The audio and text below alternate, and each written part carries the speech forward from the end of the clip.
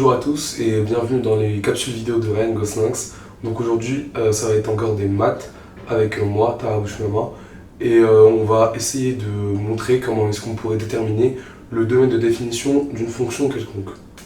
Alors, dans cet exemple-là, on a une fonction qui est f de x est égal à racine de x carré moins x plus 2.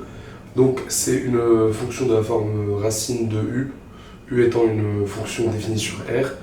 Et donc tout d'abord, on remarque que c'est une racine, donc le contenu de cette même racine doit rester tout le temps positif. Pas strictement, mais positif, c'est-à-dire que ça doit être supérieur ou égal à 0. Alors, la première étape ici, ça va être de calculer le discriminant, noté delta, du polynôme qui est compris dans notre racine. Tout d'abord, on remarque direct que notre delta est négatif. Et ici, il n'y a qu'une seule interprétation possible. Ça veut dire que notre polynôme n'a pas de solution en R. Ce qui veut dire qu'il est soit totalement positif, soit totalement négatif. Donc on va directement se référer au signe du coefficient directeur A qui précède Vx. Et ici, notre A, ça va être 1, qui est donc positif. Donc on peut directement en conclure que notre fonction est strictement positive sur R. Alors, donc on remarque directement que notre polynôme est donc positif sur R, c'est-à-dire que le contenu de notre racine est positif sur R. Donc on peut directement conclure que le domaine de définition de f de x est égal à racine de x au carré moins x plus 2 est égal à R. Donc voilà, ça c'était un cas d'application plutôt simple, et on va directement enchaîner sur un cas d'application qui est un peu plus compliqué.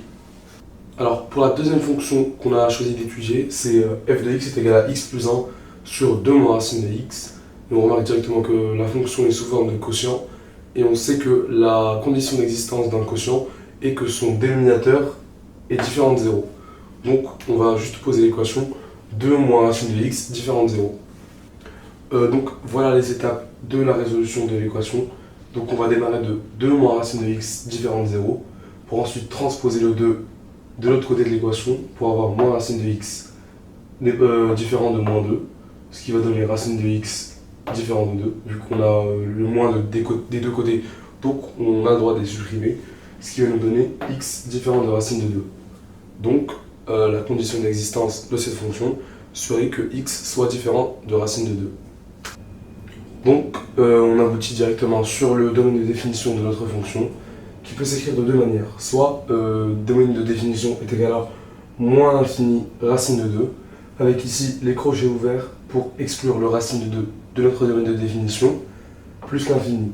Ou encore, de cette manière-là, d de f est égal à r privé de racine de 2. L'étoile, c'est pour signifier que racine de 2 est automatiquement exclue de r, et pour ainsi former notre domaine de définition de la fonction f de x.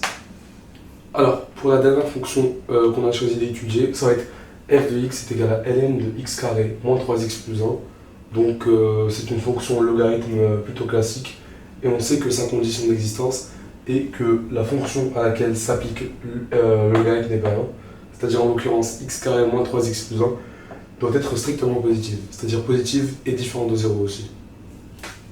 Donc on va directement poser une inéquation où notre polynôme du second degré est strictement positif et strictement supérieur à 0.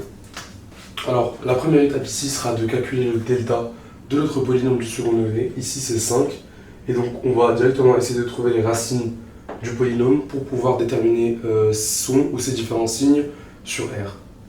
Alors on a commencé à construire ici notre tableau de signes, on a mis les deux racines, donc où s'annule le polynôme, et maintenant on va essayer de déterminer le signe de notre polynôme. Alors c'est une méthode plutôt simple, c'est-à-dire qu'on a juste à regarder le signe de A, vu que c'est une fonction de la forme ax carré plus bx plus c. Donc ici le signe de A il est positif parce que c'est 1 et 1 est positif. Donc la fonction va être d'abord positive de moins l'infini jusqu'à x1 qui est à peu près égal à 0,38, puis négative entre x1 et x2, les deux racines, et ensuite positive de x2 à plus l'infini. Donc dès qu'on élabore le tableau de signes, on a directement tous les éléments en main pour pouvoir former le domaine de définition.